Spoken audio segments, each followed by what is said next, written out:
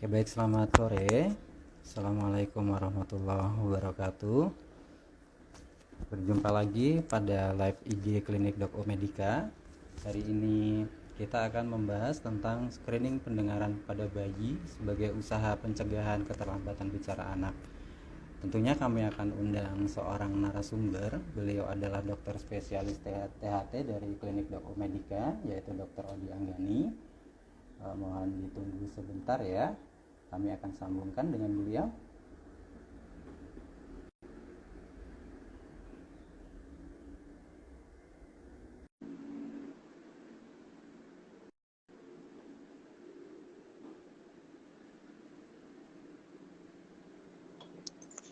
Baik, selamat sore dokter. Ya, selamat sore Mas. Ya, assalamualaikum. Waalaikumsalam warahmatullahi wabarakatuh. Apa kabar dokter? Sehat? Sehat, terima kasih ya. Sidik sehat? Alhamdulillah sehat dok. Oke, untuk sore ini tema kita adalah screening pendengaran pada bayi ya dok ya? Ya, benar. Nah, langsung saja ya dok, untuk menyingkat waktu. Langsung kami persilahkan kepada dokter untuk menyampaikan materinya. Monggo silakan, waktu kami persilahkan dokter. Baik, terima kasih Mas Didi. Mas Didi ini yang selaku elektromedik di Dok Omedika ya. Kesempatan kali ini alhamdulillah saya beri kesempatan untuk bersharing lah. Sharing sedikit, sebenarnya lebih ke arah diskusi ya nanti. Saya tidak akan terlalu banyak untuk materinya, apalagi nanti ini konsepnya ngabuburit, nanti kalau terlalu lama nggak jadi buka puasa ya. Jadi seperti tema kita adalah tentang screening pendengaran bayi baru lahir. Mungkin masih banyak yang belum familiar, apalagi ketika bayi baru lahir tersebut persalinannya tidak di rumah sakit besar, artinya di rumah sakit kecil ataupun malah di klinik bersalin, di bidan, itu mungkin belum familiar sekali untuk screening pendengaran bayi baru lahir. Padahal impact-nya cukup besar. Dan ketika kita terlewat atau istilahnya kecolongan, itu nanti kerugiannya akan sangat-sangat besar. Nah, tapi sebelum saya mulai jauh membahas tentang masalah screeningnya, ada kalanya mungkin saya akan jelaskan sedikit lah. Mungkin sudah banyak yang tahu, cuma akan saya coba recall lagi tentang proses mendengar. Jadi secara garis besarnya saja, karena ini nanti terkait dengan proses screeningnya sendiri. Jadi mungkin dilihat nggak ya? Berat ya, jadi Kelihatan dokter? ya di sini ya, oke. Jadi seperti kita ketahui bahwa proses mendengar itu dimulai ketika gelombang suara itu kita tangkap menggunakan daun telinga atau auricula, kemudian menggetarkan liang telinga, yang kemudian nantinya akan menggunakan gendang telinga ini. Nah, gendang telinga ini nantinya yang akan menggerakkan dari oksikel atau tulang-tulang pendengaran. Kemudian tulang pendengaran ini nanti yang akan menggetarkan rumah siput yang ada di sini. Nah, rumah siput di sini nanti akan banyak sensor pendengaran yang nantinya akan diteruskan ke saraf pendengaran. Ya, dan namanya nanti saraf pendengaran yang nantinya menuju batang otak, kemudian di otak diproses. Baru kemudian nanti setelah diproses baru maju ke arah bahasa dan pembicaraan atau proses bicara, entah itu nanti bahasa verbal ataupun non-verbal. Nah, seperti kita tadi, kita membagi telinga menjadi 3, telinga luar, yaitu daun telinga dan liang telinga. Masalah di sini bisa cukup banyak, mulai dari daun telinga yang tidak terbentuk, atau tertutup, atau liang telinga yang juga tertutup, atau tertumpuk kotoran, kemudian gendang telinganya mungkin berlubang atau mungkin tidak terbentuk, atau osikel atau tulang pendengarannya juga tidak terbentuk juga bisa, atau terjadi dislokasi. Nah, di sini ini telinga tengah. Telinga tengah ini biasanya masalahnya kalau terjadi, kalau anak itu kita sering menyebutnya sebagai congek ya, atau biasanya punya congek ya, jadi ada inflamasi atau otitis media yang kemudian terkumpul cairan, mendorong gendang telinga hingga berlubang atau pecah. Nah, baru nanti setelah dari telinga tengah kita ke telinga dalam, yaitu rumah siputnya. Di sini terdapat sensor-sensor yang digunakan untuk mengubah bentuk suara yang awalnya dari bentuk udara menjadi bentuk elektrik yang bisa dihantarkan ke otak. Nah, kenapa sih kita mendengar melalui proses begitu panjang seperti ini? Karena kita ada proses untuk pengubahan dari gelombang suara yang diantarkan udara menjadi gelombang listrik, di mana udara itu penghantar udara yang paling lemah, seperti kita tahu. Berbeda dengan padatan maupun cairan.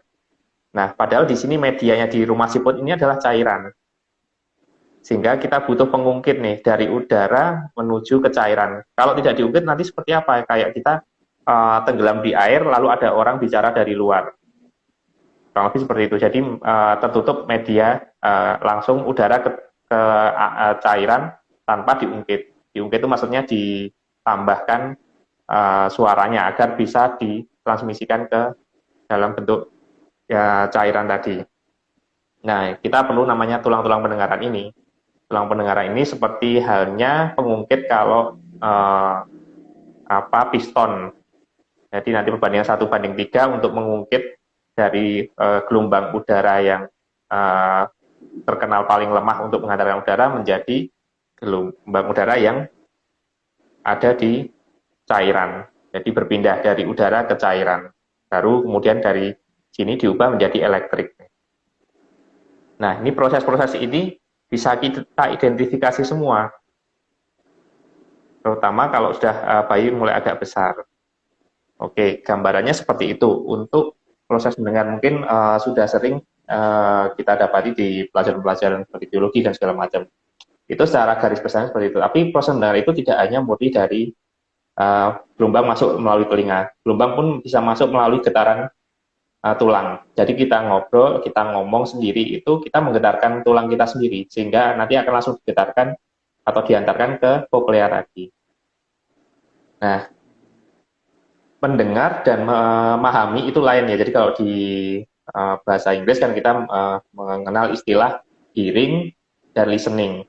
Hearing itu hanya sebatas kita mengidentifikasi suara, ada atau tidaknya suara, keras kecilnya suara. Tapi kalau listening kita mulai mempersepsikan ini suara ini adalah apa.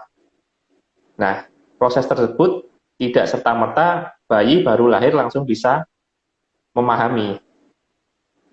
Nah, kapan mulai bayi bisa mulai memahami? Nah, ini prosesnya adalah dari mulai janin, itu sebenarnya janin itu mulai terbentuk telinga itu usia 9 minggu. Jadi ini adalah indera yang terbentuk paling awal setelah kulit ya. Tapi dibanding mata dan segala macam, ini ada indera yang paling awal. Kemudian usia 16 minggu sebenarnya dia sudah bisa mendengar. Bukan memahami ya, mendengar. Jadi ada getaran suara dan segala macam. Makanya ada yang suruh ngasih lagu-lagu, musik, kemudian orkestra segala macam. Di usia 30-an dikatakan dalam sebuah penelitian itu bahkan bisa melokalisir, artinya kepala itu menoleh ke arah sumber bunyi. Sekali lagi, ini hanya proses mendengar, bukan memahami. Proses mendengar ini pun tapi tetap berguna. Jadi proses mendengar ini akan menambah sel-sel saraf di sel-sel otak, bagian auditorik, itu menjadi lebih banyak. Tapi belum terkoneksi, hanya menjadi lebih banyak. Setelah bayi baru lahir, dia prosesnya masih mendengar. Nah, ketika usia 6 bulan, ini kita mulai berubah nih dari proses mendengar menjadi mulai proses memahami. Sel-sel saraf yang sudah terbentuk tadi mulai terkoneksi. Nah, kenapa disebutkan usia 6 bulan ini sebagai titik awal untuk proses berbahasa? Karena usia 6 bulan sampai 3 tahun ini adalah golden period-nya. Jadi karena mulai terkoneksi saraf-sarafnya tadi, 6 bulan sampai 3 tahun ini adalah golden period yang harus kita jaga. Jangan sampai anak itu kehilangan momentum 6 bulan sampai 3 tahun ini untuk mendapatkan stimulasi suara. Nah, agar bisa stimulasi suara itu optimal, artinya pertama sensornya dulu harus benar. Sensornya tadi yang ada di koklea, minimal itu sama kabelnya itu saraf pendengarannya. Itu yang bisa kita deteksi paling awal. Nah, sebelum kita berbicara masalah deteksi, mungkin kita bicara dulu, misal kalau perkembangan bahasa itu sebenarnya seperti apa sih, atau perkembangan bicara itu seperti apa sih, biar kita tahu nantinya kalau terlambat itu seperti apa. Karena sudah program ini sudah tertinggal nih, karena sudah banyak yang bayi tidak dilakukan screening, akhirnya sudah ada bayi-bayi yang usianya sudah cukup besar, di atas 6 bulan. Nah, ini untuk membuktikan saja, untuk beberapa bayi yang tidak terdeteksi gangguan pendengaran, itu nanti proses berbahasanya harusnya seperti apa. Jadi berbicara dan berbahasa pun nanti definisinya bisa jadi lain ya. Berbicara itu fokus kita hanya bahasa verbalnya, tapi berbahasa itu semua yang ditunjukkan atau sebagai respon dari suatu suara itu adalah bisa jadi suatu bahasa, entah itu ekspresi, gerakan tangan seperti ini, atau kedipan mata kalau anak masih terlalu kecil, itu adalah bahasanya bayi atau anak itu seperti itu. Menangis setelah lahir. Kemudian usia 3 sampai 6 bulan sampai 3 bulan itu nyebutnya kuing ya. Kuing itu bisa menyebutkan huruf vokal A, O, itu kuing. Kemudian 3 sampai 6 bulan itu sudah bisa mengeluarkan suara yang biasanya konsonan dan vokal misalnya, dan biasanya satu suku kata, misal pa, da, ma, mama, dan satu suku kata kan, dan diulang-ulang. Tapi sekali lagi ini bukan sebagai pemahaman. Jadi ketika keluar suara papa itu bukan berarti dia sedang memanggil papa atau mama, bukan, karena ini memang proses berbicaranya seperti itu. Dia belum memahami arti suara tersebut. Nah, masuk usia 6 sampai 9 bulan, dia sudah mulai memahami. Jadi ketika usia 3 sampai 6 bulan tadi, ketika dipanggil, itu dia menoleh karena dia merespon suara. Jadi bukan menoleh karena dipanggil namanya, mau kita tepuk atau segala macam, dia tetap akan menoleh. Tapi ketika usia 6 bulan sampai 9 bulan, dia sudah mulai mengerti tentang ketika dipanggil nama, dia akan mulai menoleh. Nah, terutama panggil nama, dia akan mulai menoleh seperti itu. Nah, 9 bulan sampai 12 bulan itu juga sudah bisa memanggil baik mama atau papa, biasanya yang masih sederhana-sederhana itu ya. Kalau panggilannya agak rumit, bunda, ayah, segala mungkin lebih sulit. Tapi kalau yang hanya satu suku kata, papa, mama, itu dia sudah bisa memanggil dengan pemahaman ya. Artinya dia memanggil memang benar-benar memanggil. Beda dengan yang usia 3 sampai 6 bulan tadi, yang 9 sampai 12 bulan dia memanggil karena memang paham. Dan biasanya sudah bisa mulai menirukan suara-suara sederhana. Ya, kita adik ya, mungkin akan menirukan seperti itu. Nah, usia 12 sampai 18 bulan itu anak biasanya mulai bisa diberikan instruksi yang sederhana. Biasanya satu jenis instruksi, satu arah. Jadi misal, ayo berdiri, itu diambil. Jadi cuma satu perintah, tidak berurutan. Dan di situ anak juga sudah mulai memahami kosakata. Biasanya bisa mencapai 5 sampai 50 kosakata baru usia 12 sampai 18 bulan. Nah, setelah 18 bulan sampai 24 bulan ini yang cukup banyak kosakata baru. Setiap ada kita ngajari kosakata baru, dia akan langsung diingat, akan muncul kata-kata baru dari si anak. Jadi 18 sampai 24 bulan ini yang paling kenceng nih untuk tambahan kosakata baru. Bukan berbahasa ya, bahasa tetap 6 bulan tadi. Tapi kalau kosakata itu yang hanya diucapkan itu 18 sampai 24 bulan. Nah, 24 dan 18 sampai 24 bulan itu biasanya anak juga sudah bisa mengikuti instruksi yang sudah mulai kompleks. Biasanya dua step. Misal, tolong diambil itu, kasih ke papa. Jadi sudah 2 step. 24 bulan ke atas otomatis semakin kompleks, kosakatanya semakin banyak, bisa sampai ratusan harusnya, kurang lebihnya seperti itu. Dan lebih besar lagi harusnya lebih mudah mengidentifikasi ketika ada keterlambatan. Nah, itu proses sederhananya seperti itu. Nah, kapan yang itu kan tadi masih range, tapi kalau kapan yang pasti itu atau warning sign-nya ketika si anak itu terlambat.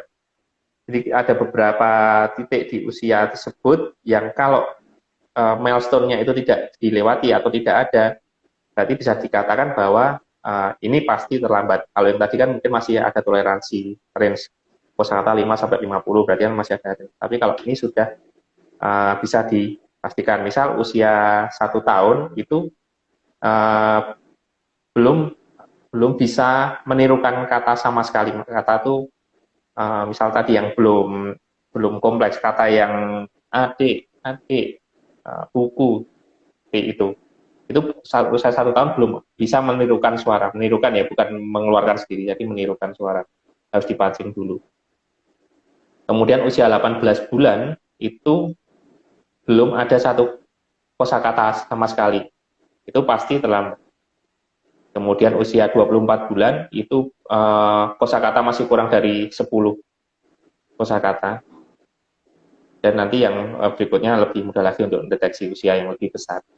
Jadi kalau di usia tersebut sudah warning sign-nya sudah ada, ya harusnya orang tua sudah aware nih, ya itu pasti terlambat. Harusnya kalau bisa sih jangan sampai terlambat ya, makanya kita mulai menggalakkan screening ini karena jangan sampai ada kena warning sign. Warning sign itu istilahnya udah terlambat tuh susah untuk memperbaikinya. Harapannya sebelum sampai terlambat kita sudah bisa mendeteksi. Nah, baru kita mulai bicara tentang deteksinya. Nah, sebelum bicara tentang spesifik deteksi, itu memang ada beberapa kecenderungan bayi yang akan mengalami gangguan pendengaran. Gangguan pendengaran sendiri di Indonesia itu penyebabnya cukup bervariasi ya, mulai dari intrauterin, perinatal saat persalinan, setelah persalinan, dan selama kehidupan. Yang selama intrauterin mungkin ibu mengkonsumsi obat-obatan yang ototoksik atau teratogenik yang akan mengganggu proses perkembangan apalagi di trimester 1. Kemudian ibu terkena infeksi TORS, kemudian mungkin terkena trauma berat, kemudian pas perinatalnya mungkin persalinannya harus diinduksi, atau kemudian berat badannya lahir rendah, terus pasca natalnya mungkin masih neonatusnya itu termasuk infeksi juga CMV, TORS, kemudian bayi berat lahir rendah, hiperbilirubin itu juga. Cuma itu semua kan cuma membantu mengingat.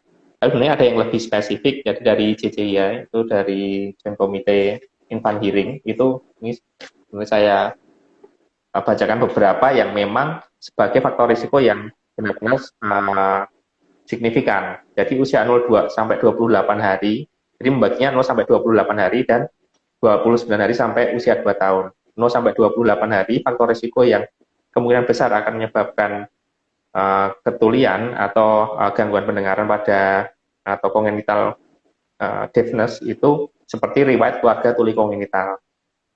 Kemudian infeksi intrauterin seperti TORS tadi sudah saya sebutkan.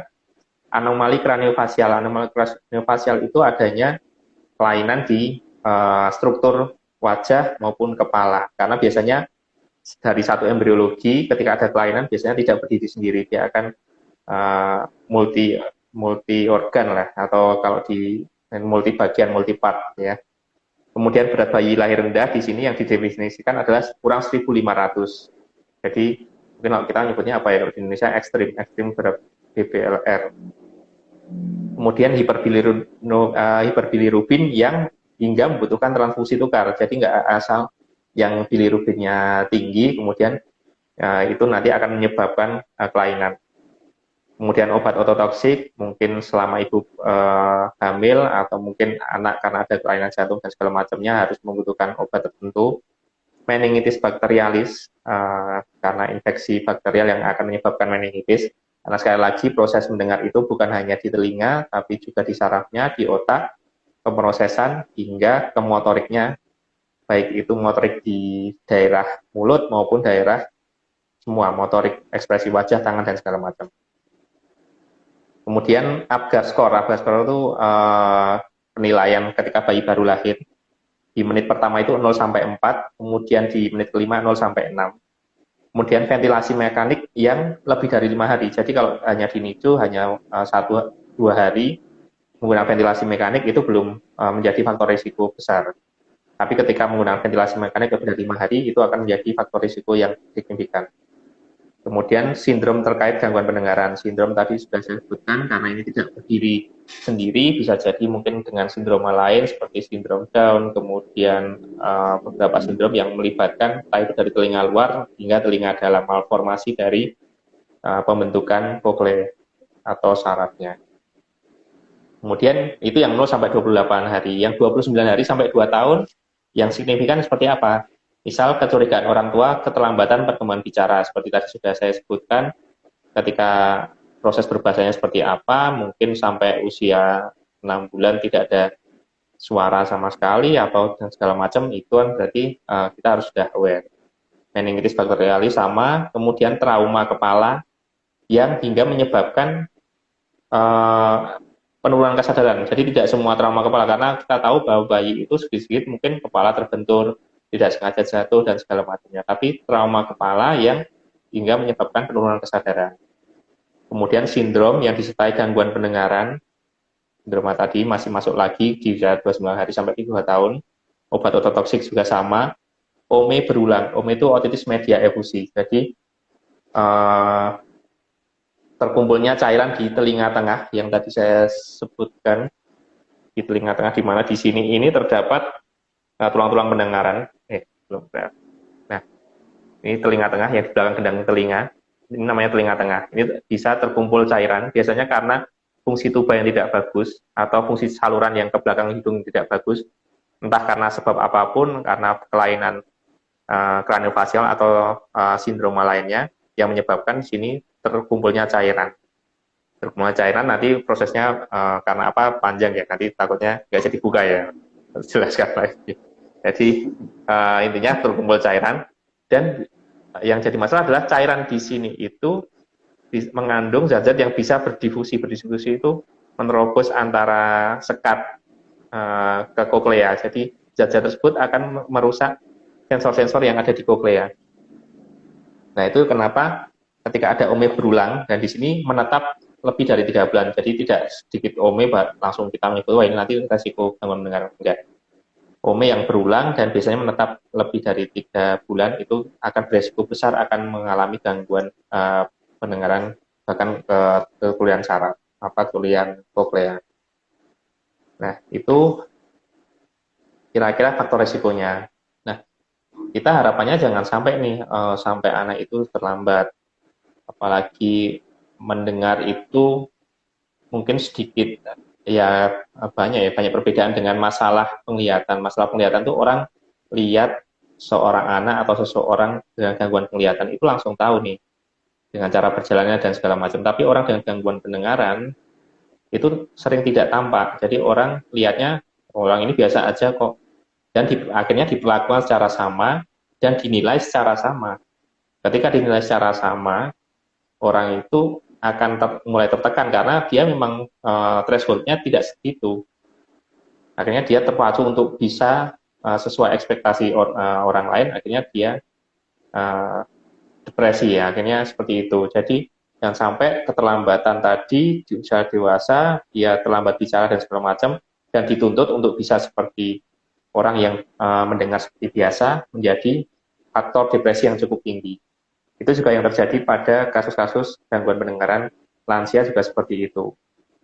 Ya, orang lansia apalagi masih belum mau menggunakan hearing device, jadi terlihat seperti orang biasa dan diperlakukan seperti orang biasa. Ketika dia tidak dengar, orang mulai nadanya meninggi, marah dan segala macam.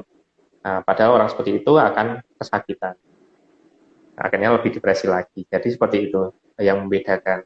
Nah, agar tidak seperti itu, kita mulai mengenalkan yang namanya screening pendengaran bayi baru lahir yang lebih objektif. Jadi kalau ada yang tidak objektif, ada yang objektif. Kalau yang tidak objektif mungkin zaman dahulu belum tersedianya peralatan canggih, itu mungkin hanya melihat kedipan mata, kemudian ditepuk dia kaget atau enggak, kemudian dipanggil noleh atau tidak, hanya seperti itu. Jadi behavioral, melihat perilaku. Nah, sedangkan sekarang itu peralatan sudah cukup canggih, kita bisa nih mendeteksi usia 2 hari. Mulai 2 hari itu kita sudah bisa mendeteksi adanya kelainan. Kelainannya mulai dari telinga luar sampai telinga dalam. Nah, yang usia 2 hari ini kita menyebutnya sebagai deteksi untuk gelombang autoakustik emission. Nah, sebelum sampai ke sana berarti ya saya harus menjelaskan sedikit nih apa sih autoakustik emission. Jadi autoakustik emission itu bukan alatnya ya. Autoakustik emission itu objeknya, objek yang mau ditangkap. DPOAE itu juga objeknya. Nah, alatnya yang buat nangkep ya alat untuk pengecekan OAE. Kita harusnya sebutnya seperti itu. Cuma karena biar mempermudah, cek OAE. Ada yang OAE itu objeknya. OAE itu apa sih? Autoakustik emission. Jadi, saya balik lagi gambar ini. Di koklea ini terdapat sensor-sensor yang digunakan untuk menangkap tadi gelombang tadi. Nah, emisi itu seperti halnya mesin kendaraan.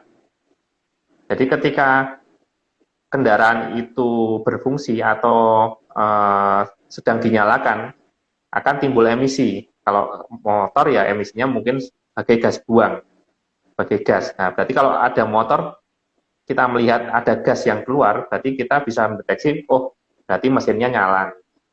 Nah, begitu juga dengan telinga. Telinga itu kita tidak tahu nih fungsinya aslinya itu apa, ini menyala atau tidak, atau berfungsi atau tidak, kita nggak tahu. Yang kita deteksi adalah emisinya atau sisa dari prosesnya. Karena emisi, jadi dia tidak ikut dalam proses mendengar. Seperti asap motor itu, dan motor nggak ada asapnya pun, dia tetap akan jalan kan. Jadi asapnya itu bukan proses dari pergerakan suatu motor. Nah, emisi autoakustik ini juga sama. Ya, ini hanya hasil sisa. Dengan adanya emisi itu, kita tahu, oh berarti kokleanya ini berfungsi ini. Nah, kurang lebih seperti itu. Nah, nanti alatnya, biasanya kita masukkan alat dari sini.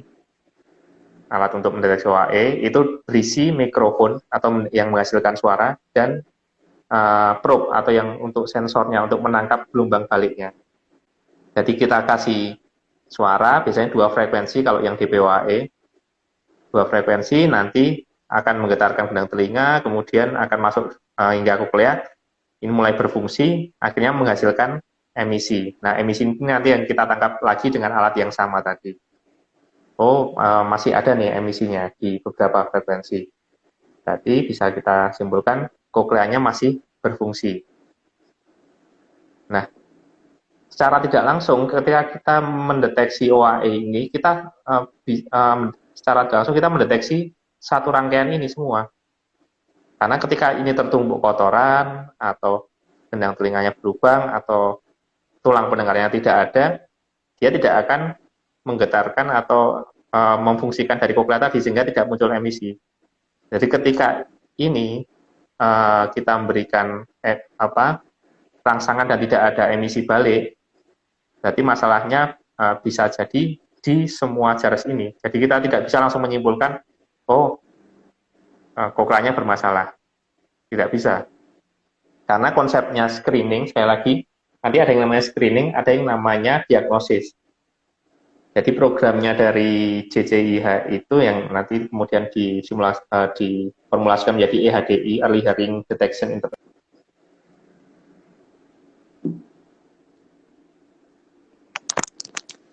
Oke, mohon maaf ya, ini ada masalah koneksi. Coba saya invite lagi untuk Dr. Rodinya.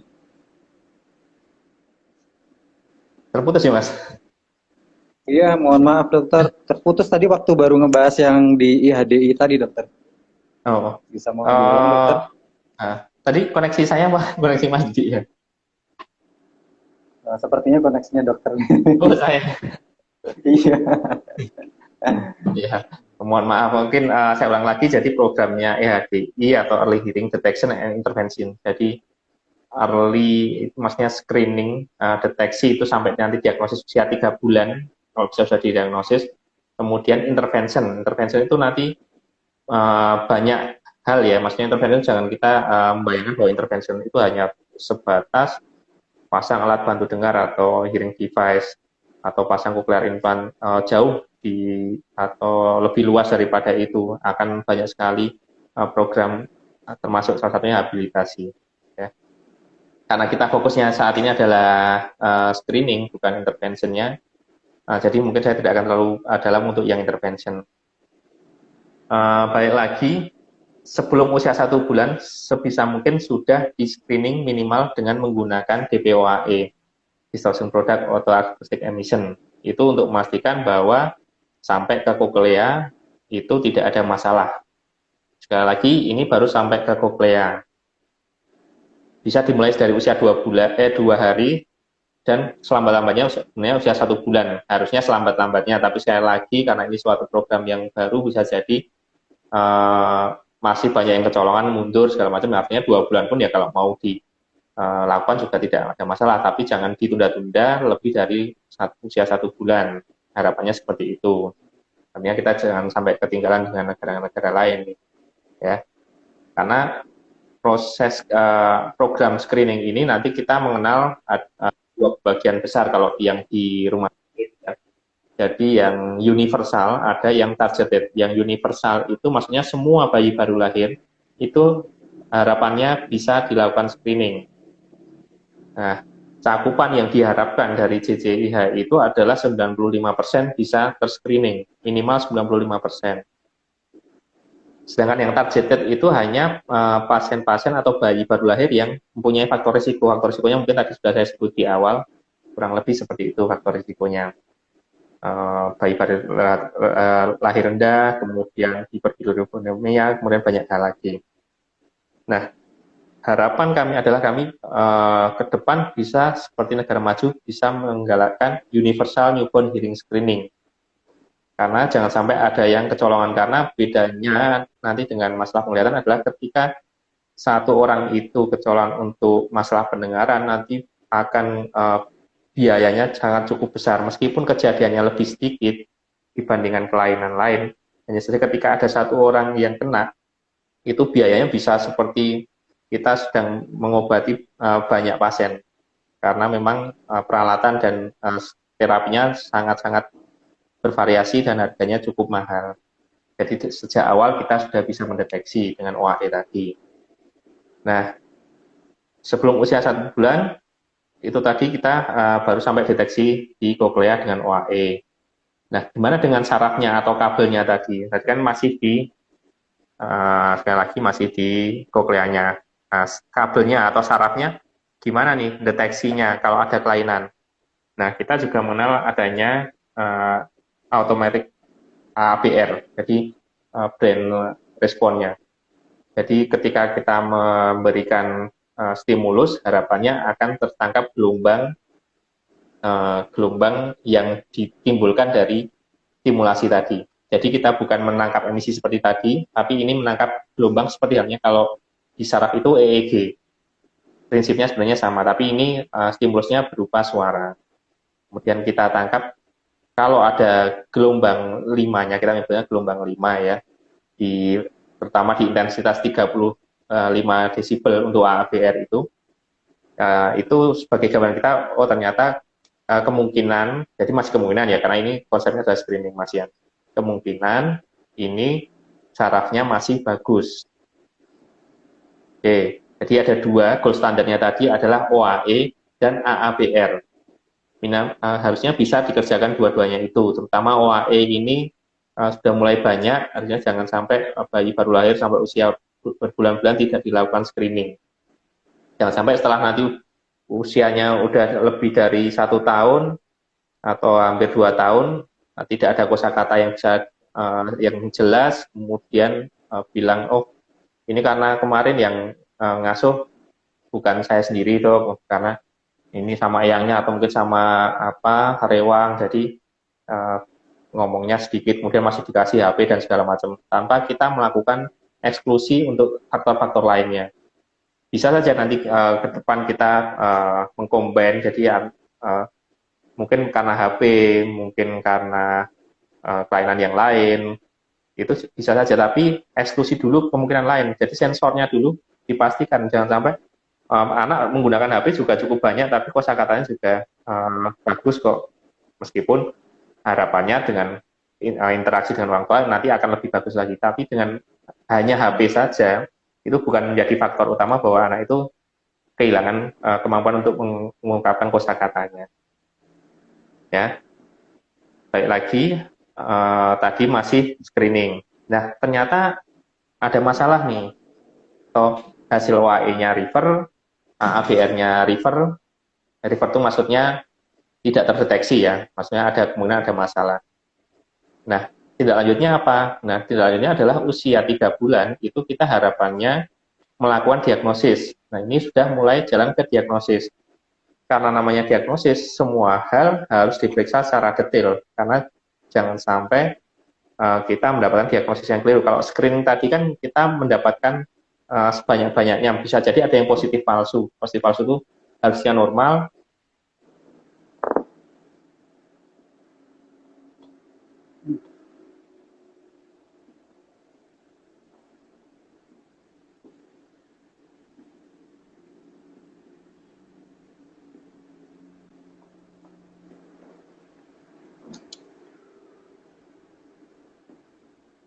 Oke, mohon maaf terjadi gangguan jaringan lagi ya.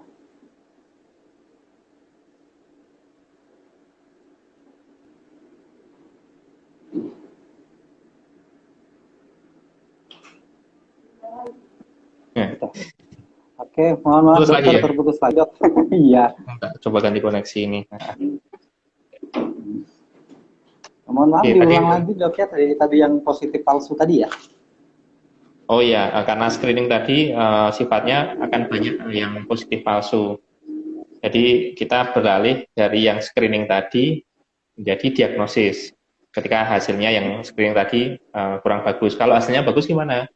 Ya kalau hasilnya bagus, ya nanti misal tidak ada faktor risiko sama sekali, tidak ada faktor risiko, hasilnya bagus di saat screening, ya nanti dievaluasi aja sampai usia 2-3 tahun sesuai perkembangannya tadi ya. Itu kalau tidak ada faktor risiko dan hasil screeningnya bagus semua. Tapi kalau ada faktor risiko gimana? Usia 3 bulan kita ulang lagi untuk OAE-nya. Sama yang mungkin yang jelek, masih jelek tadi, misal ABR-nya masih jelek, diulang lagi ABR boleh. Nah, karena diulangnya usia 3 bulan lagi, biasanya nanti kita sekalian diagnosisnya. Kalau memang pas saat kita screening ada masalah, ya sekalian kita melakukan diagnosis saat itu juga. Maksudnya diagnosis gimana? Kita deteksi semua. Kalau tadi kan kita hanya secara cepat ya, artinya saat kita screening itu harusnya tidak perlu harus di otoskopi dulu, kemudian di manometri dulu. Artinya karena screening ya semua bayi usia mulai 2 hari dilakukan WAE tanpa melihat status kondisi liang tengah dan segala macamnya. Artinya ketika hasilnya jelek, kurang bagus ya jangan langsung mengatakan kepada orang tua, Bu ini hasilnya jelek, ada kemungkinan gangguan pendengaran. Tidak bisa seperti itu. Itu langsung membuat orang tua panik dan justru malah terjadi denial. Karena sekali lagi tadi hanya screening, bisa jadi karena kotoran atau gendangnya berlubang atau segala macamnya, atau ada cairan di telinga tengah. Nah, usia 3 tahun baru kita diagnosis, bukan screening lagi namanya, ini sudah diagnosis. Diagnosis itu nanti secara detail ya. Nah, secara detail ya kita lihat liang telinga menggunakan otoskopi, kondisinya gimana, terbuka atau tidak, ada kotoran atau tidak, atau ada daging tumbuh atau tidak, kemudian gendang telinganya utuh atau tidak, melihat refleks cahayanya ada berlubang atau tidak. Kemudian telinga tengah, nah, telinga tengah kan kita nggak bisa deteksi nih, karena kalau gendang telinganya utuh, telinga tengah otomatis tidak bisa terdeteksi sama sekali. Nah, kita bisa melihat dari gambaran gendang telinganya. Gambaran gendang telinganya cukup baik, tidak ada tarikan atau gelembung atau dorongan, kita bisa asumsikan bisa jadi itu normal atau baik. Nah, konfirmasinya dengan apa? Konfirmasinya dengan timpanometri.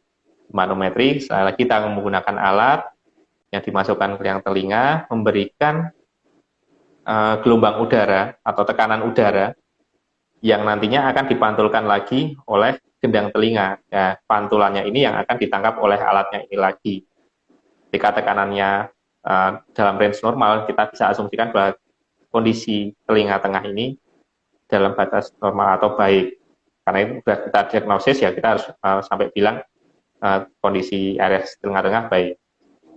Nah, ini sekali lagi tadi kalau sudah masuk diagnostik, ya kita sekalian sampai ke pemeriksaan lebih lanjut, yaitu dengan menggunakan BERA. BERA itu nanti untuk terutama masalah sarafnya ya. Kalau zaman dulu belum ada UAE, BERA itu juga untuk deteksi kelainan-kelainan yang ada di sepanjang lintas ini. Tapi karena sudah ada alat yang lebih spesifik, OAE ya, jadi kita bisa lebih tahu. Jadi BERA sekarang fungsinya lebih untuk mendeteksi kelainan yang ada di sarafnya saja. Kalau tadi pakai ABR itu karena cepat, jadi ya hanya gambarannya secara singkat. Tapi kalau dengan menggunakan BERA, brain evoke, jadi karena kita membangkitkan gelombang sampai ke gelombang otak dengan suara, brain evoke respon auditory. Jadi yang kita tangkap sekali lagi seperti EEG. EEG kita nanti mencari gelombang 1, 3, 5, terutama di gelombang 5-nya di berbagai frekuensi. Ketika itu bisa terdeteksi dan di intensitas yang normal, misal intensitas BERA-nya dengan stimulus yang klik-klik itu artinya dia di range 2000 sampai 4000. Dia tidak spesifik 2000 sampai 4000. Jadi frekuensi mendengar itu kan 500 sampai 4000 ya. Nah, BERA itu yang klik itu dia di range 2000 sampai 4000 memberikan stimulus suara di 2000 sampai 4000. Intensitas yang bisa ditangkap oleh saraf ini di intensitas berapa? Misal di 50. Nah, tingkat kesalahan BERA itu plus minus 10 sampai 20 desibel. Artinya kalau masih usia 3 bulan itu dengan hasil BERA di 50, 60 itu masih bisa dikatakan masih bagus. Artinya tidak perlu pemeriksaan lebih lanjut lagi. Misal hasilnya yang lain bagus semua ya, dan BERA-nya bagus. Tapi kalau BERA-nya kok intensitasnya sudah di 80 atau 70-an, karena BERA kan maksimal 90 ya untuk alatnya. Nah itu harus kita curigai, berarti kemudian ada peningkatan ambang dengar. Peningkatan ambang dengar itu maksudnya pendengarannya berkurang ya. Kalau kita nyebut peningkatan ambang dengar itu berarti pendengarannya berkurang. Nah, seberapa jauh? Kalau tadi kan kita cuma baru tahu, oh ini ada masalah atau tidak. Nah, proses selanjutnya adalah kita ingin tahu masalahnya itu sampai sejauh mana. Sisa pendengarannya itu tinggal berapa. Mungkin nggak dibantu dengan yang lain. Misal hearing device atau alat bantu dengar, atau mungkin sampai yang lebih advance lagi, cochlear implant. Nah, itu baru kita lanjut ke ASSR. Itu masih proses rangkaian sama dengan alat yang sama dengan yang BERA tadi, cuma yang kita tangkap sekarang adalah intensitasnya. Jadi seperti audiometri, kalau pada orang dewasa kita kan tahu di masing-masing frekuensi tadi ambang dengarnya berapa. Cuma kan kalau bayi kan kita nggak bisa menggunakan audiometri, suruh angkat tangan atau memberikan respon seperti halnya orang dewasa. Yang kita tangkap adalah gelombang dari otaknya atau gelombang saraf hingga ke otaknya. Cuma kalau kami di ranah THT, biasanya gelombang yang kami tangkap hanya sebatas sampai di batang otaknya. Nah, untuk yang sampai ke otak segala macam, biasanya nanti itu lanjut ke bagian anak neurologi. Nah, yang kami pastikan adalah sensornya dulu bagus sampai kabelnya. Nah, ketika itu nanti terdeteksi, dan misal kita jadi tahu, oh ambang dengarnya si anak ini berapa. Misal ambang dengarnya kurang lebih 80 atau sampai 90 desibel di frekuensi pendengaran. Artinya sebelum 6 bulan, sebelum golden period-nya itu tadi, kita sudah mempersiapkan si anak ini nanti sebelum usia tersebut apa yang harus dilakukan. Tapi tidak menutup kewajiban kita harus tetap selalu menstimulasi. Stimulasi harus tetap jalan. Apapun hasil ASSR, apapun hasil BERA, stimulasi harus tetap jalan. Karena sekali lagi, berbahasa itu bukan hanya masalah mendengar, tapi tadi ekspresi, kemudian gestur, dan segala macam itu kan ada proses berbahasa. Artinya mungkin anak diajak ngobrol tidak bisa mendengar suara atau hanya melokalisir suara, tapi dia bisa melihat ekspresi orang tua dan segala macam. Jadi stimulasi tetap harus jalan. Nah, tapi kalau dengan gangguan pendengaran, artinya kita harus menyiapkan, karena 6 bulan sampai 3 tahun itu adalah proses berbahasa golden period-nya. Nah, kita harus mulai masuk ke masalah intervensi. Nah, intervensi ini akan cukup banyak macamnya, dan prosesnya juga cukup panjang, apalagi kalau sudah bicara masalah cochlear implant. Kita bicara yang sederhana saja tentang masalah kandidasi. Kandidasi terkait intervensinya. Artinya tidak bisa semua anak kita samaratakan, oh kamu ambang dengarnya sudah di atas 100, pakai alat bantu dengar tidak bisa, harus menggunakan cochlear implant. Ya, artinya tidak bisa semua anak terus kita patokannya hanya hasil ASSR tadi, hasil ambang dengarnya. Kita melakukan kandidasi karena proses untuk berbahasa ketika orang nggak pernah mendengar sama sekali, tiba-tiba diberikan suara, itu jangan dianggap seperti kita ditutup telinganya terus kemudian dibuka telinganya tiba-tiba mendengar, atau kita baru bangun tidur tiba-tiba mendengar suara, seperti itu beda. Karena mungkin selama dia dari janin, kemudian dari neonatus dan segala macam, dia tidak pernah menerima yang namanya suara, dia tidak tahu apa itu suara, dan itu yang lebih sebenarnya lagi kita tidak pernah tahu apa yang itu namanya suara. Jadi seperti halnya Anda dimasukkan ke kandang singa, ya mungkin seperti itu ya saya bilangnya. Anda masuk kandang singa, suruh ngobrol sama singa. Tidak pernah sama sekali Anda ngobrol sama singa, tahu-tahu suruh ngobrol sama singa. Meskipun Anda bisa mendeteksi suara singa, belum tentu Anda paham tentang bahasanya singa. Jadi seperti itu. Nah ini juga sama. Ketika kita melakukan kandidasi, kita melihat segala aspek dari pasiennya sendiri. Maksudnya aspek pasien itu apa? Jadi ada aspek pasien, support system atau keluarga atau orang-orang di sekitarnya, dan aspek medisnya. Jadi semua itu harus jadi satu. Karena beberapa kali saya ngobrol sama orang komunitas, itu kadang tidak match nih antara medis sama yang dimaukan komunitas. Akhirnya tidak ketemu. Karena yang medis bersikukuh dengan teorinya, yang komunitas bersikukuh bahwa tanpa alat bantu dengar pun, tanpa cochlear implant pun mereka bisa tumbuh seperti halnya yang lain.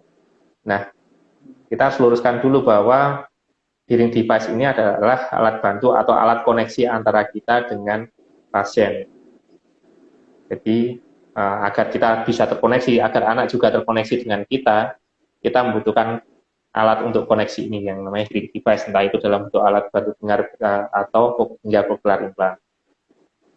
Nah, kandidasi itu mulai dari pasien itu kondisi medisnya gimana?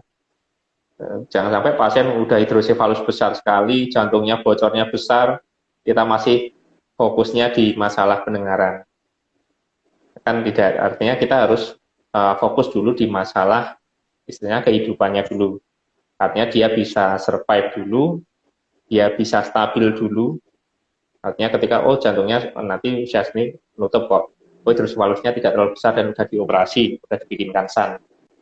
Nah, baru kita mulai berbicara yang untuk fungsinya, fungsi-fungsi yang lain, agar dia bisa mandiri. Mandiri itu tidak hanya masalah pendengaran, yang artinya motoriknya dan segala macam. Kita udah mulai bicara situ. Ketika paling tidak bisa hidup dulu, kemudian bisa mandiri dulu, mandiri salah satunya adalah mendengar, baru masalah bermanfaat bagi orang lain itu kalau udah advance ya. Kita mandiri dulu. Anak ini kita harapannya paling tidak dia bisa mengeluarkan kosakata atau bisa berbahasa, berbicara, mendekati teman-teman yang lain. Kalau sama persis, ya kita bisa jadi seperti memberi harapan palsu ya, tetap tidak bisa kalau sama persis tidak bisa mendekati. Ada sebuah studi itu ketika kita bisa mengintervensi sebelum usia 6 bulan sama setelah usia 6 bulan. Sama-sama menggunakan hearing device. Tapi mulainya untuk intervensi kurang 6 bulan sampai lebih dari 6 bulan. Yang kurang dari 6 bulan, setelah usia 30 bulan, itu dibandingkan dengan harusnya dia udah bisa apa aja. Nah, ternyata yang sebelum usia 6 bulan, dia mendekati usia 28 bulan. Karena sudah menggunakan hearing device dan juga dilakukan terapi yang menyertainya, seperti terapi bicara dan segala macamnya. Jadi tidak hanya pasang ini aja terus ditinggal, kemudian tidak dilakukan stimulasi secara tepat, tidak bisa. Dan yang satunya setelah 6 bulan. Yang satunya setelah 6 bulan ini, setelah usia 30 bulan, dibandingkan dengan harusnya dia udah bisa apa. Ternyata dia kosakatanya baru seperti anak usia 20 bulan. Jadi yang satu tadi hanya berjarak sekitar 2 bulan, yang satunya berjarak seperti 10 bulan. Hanya karena telat deteksi dan melakukan intervensi. Itu kenapa penting sekali sebelum usia 6 bulan itu kita sudah melakukan intervensi karena golden rate-nya di situ. Ya. Kurang lebih sih seperti itu. Jadi tadi sudah melakukan pemeriksaan, kemudian kita kandidasi mulai dari pasiennya. Nah, sekarang support sistemnya itu apa? Misal keluarganya, terutama biasanya yang paling berperan itu kan ibu ya, biasanya paling sering. Yang paling dekat, terus kemudian sering ngobrol. Nah, orang tua sendiri ini posisinya seperti apa? Jangan-jangan dia mampu nih untuk beli alat bantu dengar menggunakan cochlear implant, tapi dia posisinya itu karena direktur di sebuah perusahaan besar multinasional dan benar-benar menjadi posisi penting. Ketika tidak ada dia, ya perusahaannya kacau. Atau mungkin ketika dia cuti beberapa, karena kan terapi ini kan seminggu bisa 2-3 kali ya, artinya pekerjaan atau karir bisa jadi pasti akan dikorbankan. Artinya siap tidak. Mungkin dulu sanggup untuk beli alat, beli untuk terapi, tapi ketika karirnya dikorbankan, dia tidak ada pemasukan, akhirnya tidak sanggup untuk melanjutkan terapi bicara. Nah, itu juga harus dipersiapkan. Baru yang masalah medisnya. Medis itu indikasi dan kontraindikasi medis terkait entah itu alat bantu dengar hingga cochlear implant. Misal kalau cochlear implant itu kokleanya terbentuk atau tidak, sempurna atau tidak, kemudian sarafnya terbentuk atau tidak, karena beberapa kelainan kongenital itu terjadi aplasia atau tidak terbentuk, atau mungkin bentuknya beda dari normal. Cuma teori-teori terbaru katanya bahkan asal ada kokleanya, meskipun koklea kan harusnya 2,5 putaran, meskipun hanya 1 putaran ataupun hanya dalam bentuk koklea tanpa ada putaran sama sekali, katanya sekarang juga tetap bisa dilakukan cochlear implant, katanya seperti itu. Nah, ternyata dari semua itu tidak bisa terpenuhi semua nih. Pasiennya tidak terpenuhi, support sistemnya tidak terpenuhi, hingga mungkin medisnya juga tidak terpenuhi. Ya kita jangan memaksakan diri, maksudnya harus tetap harus alat bantu dengar. Nanti ngutang banget segala macamnya. Ya kita siapkan plan paling terakhirnya adalah kemungkinan besar bisa jadi dia harus menggunakan bahasa nonverbal atau mungkin kita sebut sebagai bahasa isyarat. Bahasa isyarat pun kita juga harus tahu support sistemnya. Kira-kira orang tuanya pun sanggup nggak ngajari ini, atau sanggup nggak membawa anak ini untuk belajar itu. Nah, itu juga harus dipikirkan semuanya. Oke, mungkin seperti itu sih, Mas Didi, kalau dari saya. Mungkin ada yang tanyakan sekilas saja tapi ya tadi ya. Jadi kebetulan sudah bergabung, belum ada pertanyaan, Dok. Alhamdulillah, tapi ini jelas ya. Saya aja yang tanya ya, Dok ya. Ya. Oh iya, Dok, untuk screening, itu kan hanya dites aja, Dok. Nggak dicek seperti nggak di otoskop dulu. Nah, itu nanti kalau misalkan ternyata bayi dari kecilnya, misalkan dari usia 1 bulan, ternyata dia itu pendengarannya terganggu karena terblok serumen di telinganya. Dan itu misalkan tidak dibersihkan sampai besar, nah nanti resikonya seperti apa itu, Dok? Apakah sama seperti yang mengalami gangguan pendengaran? Oke, misal katakanlah tumpukan serumen, itu kan dia hanya akan mengurangi paling menambah airborne gap itu sekitar 10-20. Jadi kalau orang dewasa misal tertutup serumen secara penuh, itu dia mungkin hanya akan turun ambang dengarnya maksimal 30-40 dB dari yang harusnya normal 25 dB. Artinya dia masih tetap bisa merespon terhadap suara. Hanya saja kan yang jadi masalah hasil pemeriksaan OAI-nya menjadi tidak sesuai yang diharapkan. Tapi kan karena saya lagi ini konsepnya kan screening. Karena konsepnya screening, ya bisa dibayangkan kalau kita sudah menjalankan universal newborn hearing screening, bayi sebanyak itu setiap mau di OAE, di otoskopi semua, di timpanometri semua kan tidak memungkinkan. Karena ini screening, ya kita hanya sebatas memberikan pengusahaan OAE dengan asumsi ketika OAE-nya pas, itu mulai dari liang telinga tengah sampai koklea itu baik. Kemudian konfirmasi lagi dengan AABR-nya juga baik. oh berarti sarafnya baik. Tapi tidak mengesampingkan bahwa sekali lagi proses berbahasa itu sampai ke otak dan juga motoriknya. Mungkin sampai motoriknya bagus, tapi ternyata ada kelainan di otot-otot wajah dan segala macam yang menyebabkan artikulasi tidak jelas dan segala macam. Jadi satu kesatuan semua. Jadi yang bisa kita lakukan yang paling detail dan objektif adalah dengan melakukan pemeriksaan WAI dan AAVR itu. Berarti ada kemungkinan gini dok ya, kalau misalkan pas waktu di screening WAI ternyata hasilnya itu tidak bagus, berarti lebih baik orang tua langsung mungkin konsultasi ke dokter THT untuk pengecekan lebih lanjut. Jadi supaya nanti untuk tumbuh kembang anaknya, terutama untuk perkembangan mendengar dan bicaranya, dia tidak terganggu. Tetap nanti biasanya akan kita evaluasi ulang 3 bulan setelah itu. Jadi ini kan sebagai gambaran saja nih. Nah setelah 3 bulan ini kan kita belum masuk ke golden periodnya nih, karena harapan kita adalah di golden periodnya itu jangan sampai.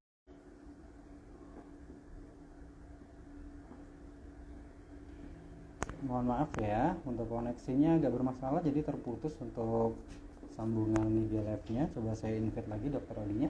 Ditunggu sebentar ya.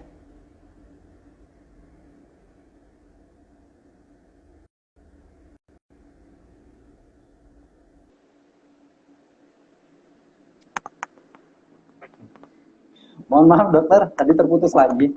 Ternyata waktunya udah 1 jam lebih ya, nggak terasa kita ngobrol-ngobrol. Belum buka kan ya? Lama ya bukanya ya? Iya dok, untuk koneksinya agak sulit tadi dok. Mohon maaf ya dok ya.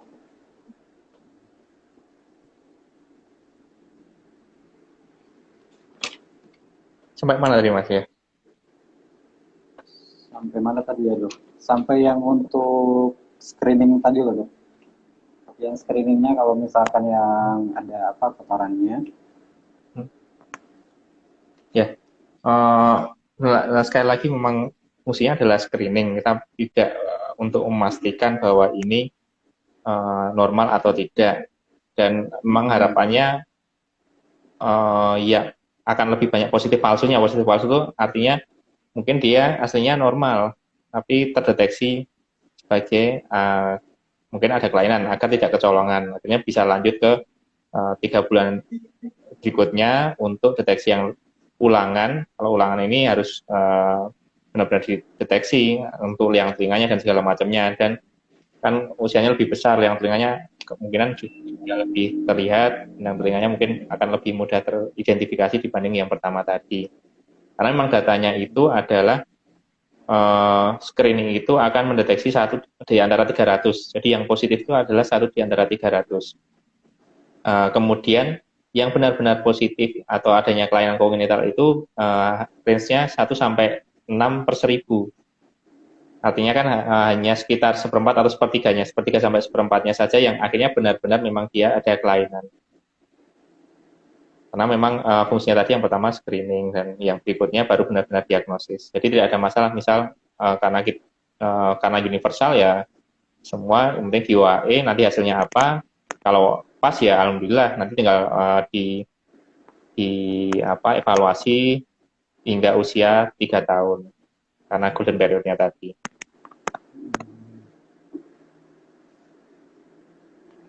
Itu kalau misalkan sampai melewati golden period-nya dan itu ternyata ada masalah gangguan pendengaran tapi belum terdeteksi itu dok, itu penanganannya sulit apa sih dok? Itu tadi karena usia 6 bulan tadi kan sudah mulai memahami, ya, karena sudah mulai memahami, dia sudah mulai mendapatkan pemahaman tentang suatu bahasa. Karena sudah dia memahami suatu bahasa, mungkin karena dia tidak pernah mendengar sama sekali apapun sebelumnya, dia hanya memahami bahwa bahasa itu adalah dalam bentuk visualnya, entah itu ekspresi wajah maupun motorik. Nah, kan dia sudah dikasih itu tadi, jadi sudah dikasih gambaran, ini loh kalau mau berkomunikasi itu menggunakan ekspresi wajah dan tangan. Artinya kita harus menjelaskan lagi bahwa berkomunikasi itu juga dengan suara. Itu kan lebih susah lagi, karena dia sudah tahu kalau berkomunikasi itu hanya dengan ekspresi muka dan gerakan bibir dan mungkin gerakan bibir dan juga ekspresi tangan. Ketika dia dikasih suara, mungkin lebih ada penolakan dibandingkan kalau dia dari awal saat golden period dikasih tahu bahwa berbahasa itu ada apa, meliputi salah satunya proses mendengar dan berbicara dengan suara. Seperti Kalau itu. misalkan nih dok, sampai usia 4 tahun, ternyata baru ketahuan dia mengalami gangguan pendengaran. Kemudian setelah diperiksa, dibantu pakai alat bantu dengar, misalkan dipasang alat bantu dengar, nah itu nanti kemungkinannya dia bisa sampai mendengar, memahami ucapan, sampai dia bisa ngomong, itu butuh waktu berapa lama nih? Tetap prosesnya itu akan sangat lama ya, apalagi ini sudah melewati golden periodnya, dia sudah terbiasa, mungkin justru dia akan lebih terbiasa dengan bahasa yang nonverbalnya, kemudian dia dipaksa Syaratnya untuk tadi ya? isyaratnya tadi atau semua lah ekspresi dan segala macam gerakan bibir. Terus dia dipaksa untuk belajar lagi nih dari nol untuk sebuah suara. Nah ini kan berarti akan banyak sekali komponen yang menjadi faktor kesuksesan dia untuk bisa berbahasa seperti orang pada umumnya. Ya pertama mulai dari teknologinya yang digunakan, kemudian sekali lagi terapinya, karena fungsi terapis bicara ini sangat cukup penting untuk melakukan adaptasi. Jadi kita nyebutnya sebenarnya habilitasi ya. Kenapa kok habilitasi? Habilitasi itu kok bukan adaptasi tapi habilitasi. Habilitasi itu proses adaptasi yang menggunakan hearing device, menggunakan bantuan alat. Jadi beda dengan adaptasi. Adaptasi itu kan hanya berubah dari satu kondisi ke kondisi lain. Ini berubah dari kondisi ke kondisi lain tapi dengan tambahan alat. Nah ini butuh proses yang namanya habilitasi. Yang habilitasi ini biasanya kita dibantu oleh rekan-rekan dari terapis bicara juga. Di samping itu mungkin dari bagian lain untuk okupasi dan fisioterapi juga akan ikut ambil peran karena untuk gerakan juga dia perlu, karena sekali lagi berbahasa tidak hanya bersuara, dia harus mengkoordinasikan antara gerak suara dan juga gerakannya dan ekspresi juga. Jadi akan jauh lebih sulit sebenarnya. Makanya bisa mungkin sebelum 6 bulan itu sudah bisa terdeteksi. Oke, jadi sebelum 6 bulan harus terdeteksi ya dok ya? Ya. Oke dokter, terima kasih banyak atas ilmunya, atas waktunya juga.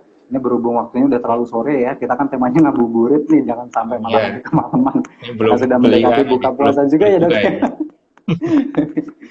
Oke baik dokter, nanti bisa kita sambung di lain kesempatan dok ya, di IG Live yang lain, kesempatan share yang lain. Jadi terima kasih banyak untuk dokter Aldi, semoga ilmu yang disampaikan hari ini bisa menjadi amal juga buat dokter dan bisa menjadi pelajaran dan pemahaman juga untuk para pemirsa. Amin. Sekali lagi terima kasih ya dokter. Iya, sama Mas.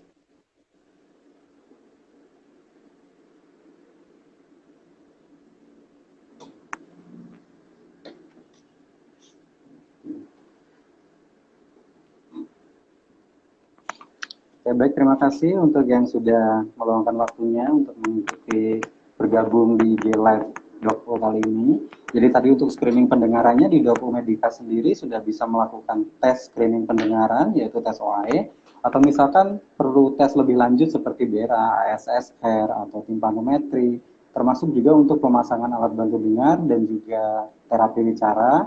Itu kami sudah bisa melakukan. Jadi nanti bisa untuk informasinya atau pendaftaran bisa kontak di admin kami yang tersedia di link bio akun Instagram Dokpo Medika ya. Sekian dulu yang bisa kami sampaikan pada kesempatan sore ini. Terima kasih atas perhatian. Mohon maaf jika ada salah kata. Wabillahi taufiq wal hidayah. Wassalamualaikum warahmatullahi wabarakatuh.